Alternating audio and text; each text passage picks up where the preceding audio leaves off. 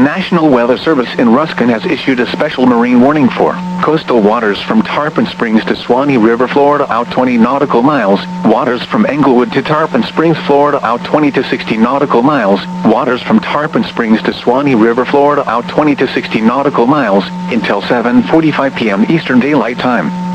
At 7:10 p.m. Eastern Daylight Time, strong thunderstorms were located along a line extending from 24 nautical miles west of Swanee River to 56 nautical miles west of Indian Rocks Beach, moving northeast at 20 knots.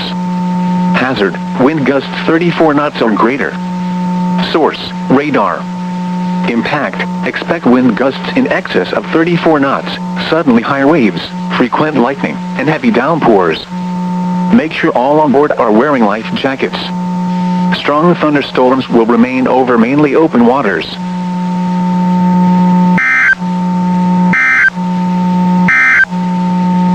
Your coastal waters